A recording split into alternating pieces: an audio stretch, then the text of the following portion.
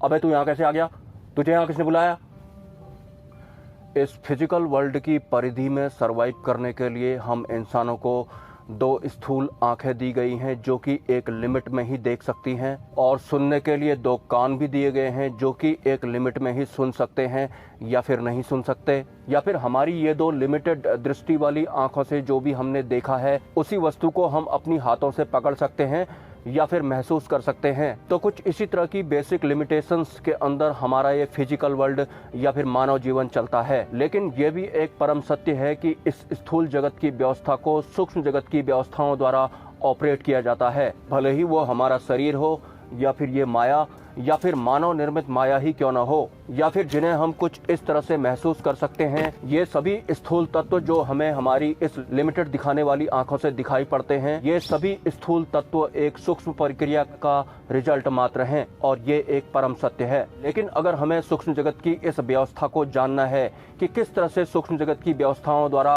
स्थूल जगत या फिर उसमें सर्वाइव करने वाले जीव जंतुओं या फिर पेड़ पौधों को ऑपरेट किया जाता है, तो यकीनन ये हमारे इस फिजिकल वर्ल्ड से बाहर का दायरा है जिसे कि सूक्ष्म जगत कहा जाता है। और देव सत्ताओं के साथ साथ परम तत्व परमात्मा द्वारा भी इस व्यवस्था को गुप्त रखा गया है। इस फिजिकल वर्ल्ड में सरवाइव करने के नाते अगर हम सूक्ष्म जगत के गूढ़ रहस्यों को जानना चाहते हैं तो सबसे पहले हमें मानव निर्मित माया या फिर मानव निर्मित विज्ञान या फिर मानव निर्मित पढ़ाइयों से जितना भी हो सके कुछ हद तक परहेज करना होगा। मानव निर्मित माया के अंडर में आने वाली मानव निर्मित पढ़ाइयों की बात अगर मैं करूं तो हमें स्कूलों में यह सिखाया जाता है कि अगर आपके घर में कोई मेहमान आता है तो सबसे पहले आपको उन्हें नमस्कार कहना है, उसके बाद बैठने को बोलना है और उसके बाद इज्जत से उस मेहमान से पूछना है कि आप चाय लेंगे या पानी।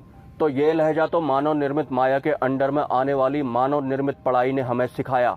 लेकिन आजकल की ग्राउंड रियलिटी क्या होती है? अगर कोई मेहमान आता है तो दरवाजा खोलते ही उसे बोला जाता है तू यहाँ कैसे आ गया?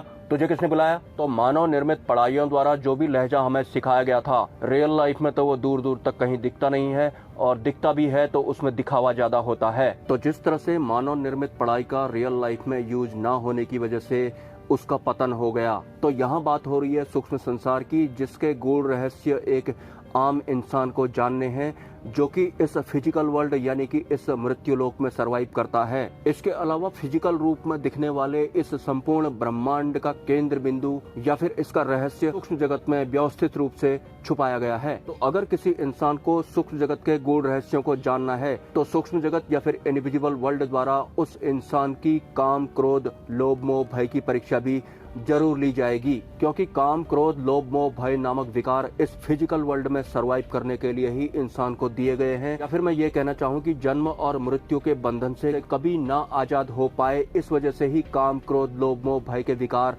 इंसानों को दिए गए हैं। तो इनविजिबल वर्ल्ड में अगर हम एंट्री करते हैं तो हमें हर हाल में इन परीक्षाओं से होकर गुजारा जाएगा, और इस काम के लिए सूक्ष्म जगत में असंख्य अनंत रूप में शक्तियां घूम रही हैं। कुछ प्रमुख शक्तियों की बात अगर मैं करूं तो उनमें है यक्ष गंधर्व किन्नर कुबेर नाग अप्सरा यक्षिणी योगिनी भैरवी इत्यादि, जो कि किसी भी रूप में एक आम इंसान के काम क्रोध लोभ मोह भय नामक विकारों की परीक्षा ले सकती है। सूक्ष्म जगत की यात्रा में अगर हमें सफल होना होता है तो हमें अपनी बुद्धि और मन पर विराम लगाना होता है। इसके साथ ही हमें उस उच्च स्तरीय दिव्य शक्ति के सामने समर्पण भी करना होता है जिस उच्च स्तरीय दिव्य शक्ति का हम नाम जप करते हैं, मंत्र जप करते हैं या फिर उन्हें स्मरण मात्र करते हैं। जब बार बार सूक्ष्म जगत की शक्तियों द्वारा हमारे काम क्रोध लोभ मोह भय की परीक्षा ली जा रही होती है और बार बार हम इन परीक्षाओं में फेल हो रहे होते हैं, तो ऐसे ही बार बार इन परीक्षाओं में फेल होने की वजह से कुछ हद तक तो हम खुद को सूक्ष्म जगत के अनुकूल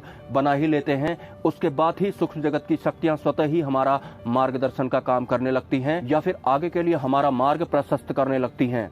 सूक्ष्म जगत यानी कि इनविजिबल वर्ल्ड में एंट्री का सिंपल सा फंडा है।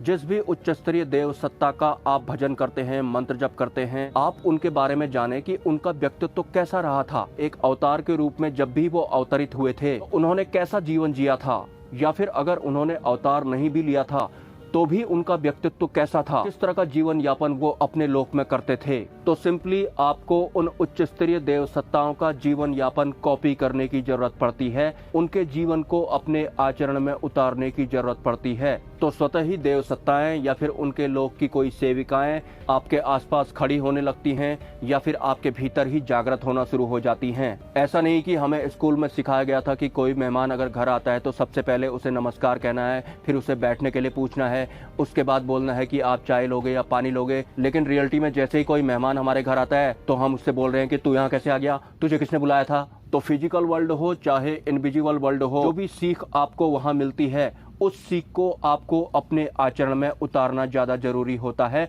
अदरवाइज फिजिकल वर्ल्ड की तरह आपको सूक्ष्म जगत में भी सफलता नहीं मिलने वाली है। अगर आपके कोई सवाल हैं तो आप मुझे कमेंट कर सकते हैं। अगर आप इस चैनल को सपोर्ट करना चाहते हैं तो इस वीडियो के कमेंट सेक्शन में आपको एक UPI ID मिल जाएगी, तो इच्छा से आप सपोर्ट कर सकते हैं, कोई जबरदस्ती नहीं है। मिलते हैं नेक्स्ट वीडियो में। ब्रह्मा, विष्णु, महेश, जय मां पराशक्ति।